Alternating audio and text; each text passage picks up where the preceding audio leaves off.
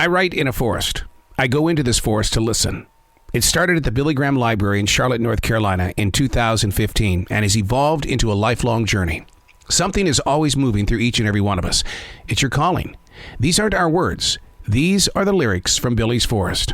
Chapter number 307, March 20th, 2022. A mist-bathed morning inside this forest today, a feeling of fall more than spring.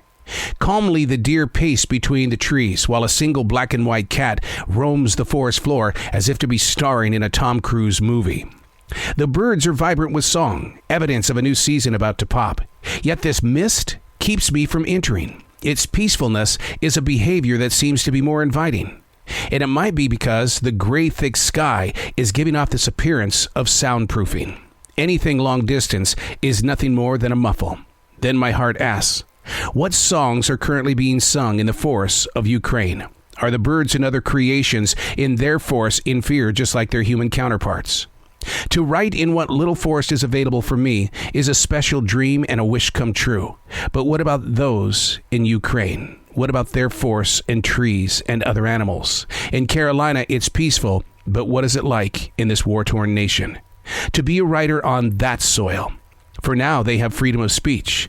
Please, don't let it go into hiding. 2 years earlier, this nation shut down with coronavirus. We were fighting an invisible war, and we didn't know what the next steps were going to be. And sitting inside this forest in South Charlotte, North Carolina, all of a sudden my heart began to swell when I thought, what about the writers and the thinkers and the doers and the givers that are in Ukraine? How have their lives changed? And more importantly, what about the animals that would bring the songs?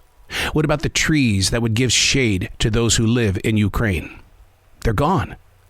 They're gone.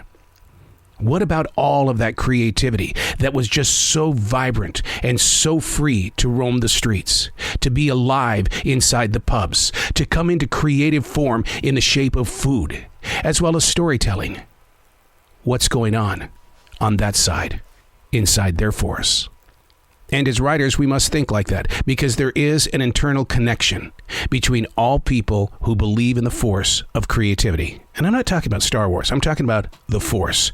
And those who do write, produce, create, you understand the force that I'm talking about. There is an energy within that builds up and then we let it go.